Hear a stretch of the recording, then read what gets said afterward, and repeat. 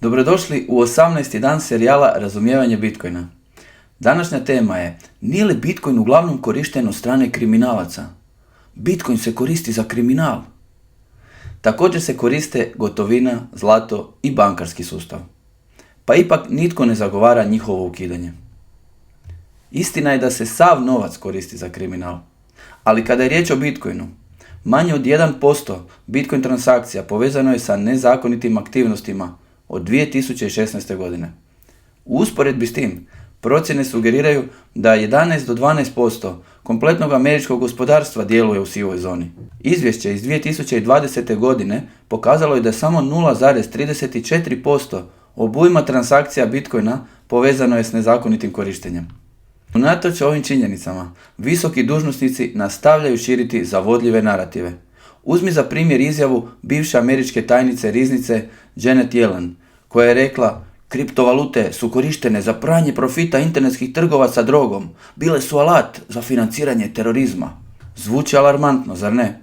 Ono što ona ne spominje jest da sav novac se koristi za kriminal, a nezakonita uporaba Bitcoina je zanemariva u usporedbi s američkim dolarima. Samo jedna banka, HSBC, je oprala $881 milijun za narkokartele i dobila tek simboličnu kaznu. Ne čujemo nikoga da poziva na zabranu američkog dolara, zar ne? Pa zašto je Bitcoin onda izdvojen? Bitcoin je transparentan, provjerljiv i odgovoran. Upravo suprotno od našeg neprozirnog financijskog sustava izgrađenog na kontroli. Bitcoin remeti status quo uklanjanjem posrednika, ograničavanjem utjecaja vlade i osnaživanjem pojedinaca. Stoga nije iznenađujuće da bi oni na vlasti radije prikazali Bitcoin kao prijetnju, nego priznali zapravo ono što doista i jest: financijska sloboda.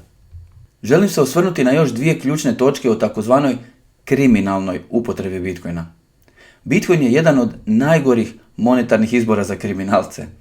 Pa svaka transakcija je zabilježena na javnoj, nepromjenjivoj knjizi, za razliku od gotovine ili offshore bankarstva, koji su doista neprozirni. Zato policijske agencije diljem svijeta aktivno koriste transparentnost Bitcoina za praćenje nezakonitih aktivnosti. Što se smatra zločinom, ovisi isključivo o tome gdje živiš. U Sjevernoj Koreji pristup platformama poput Facebooka ili Twittera može rezultirati zatvorom ili pogubljenjem. U zemljama poput Pakistana i Saudijske Arabije odricanje od vjere može nositi smrtnu kaznu. Nekoliko zemalja na Bliskom istoku i Sjevernoj Africi ima zakone koje ograničavaju financijsku autonomiju žena.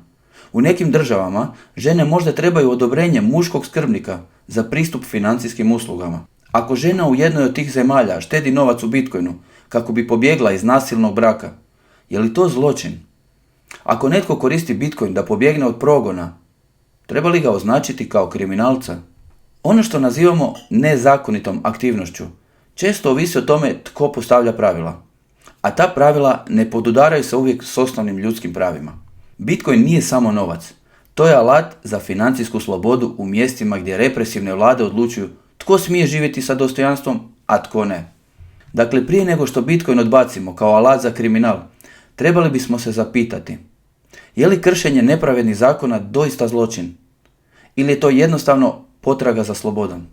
Sutra ćemo se pozabaviti još jednim velikim pitanjem: nije li Bitcoin bezvrijedan i nema nikakvu intrinsičnu vrijednost?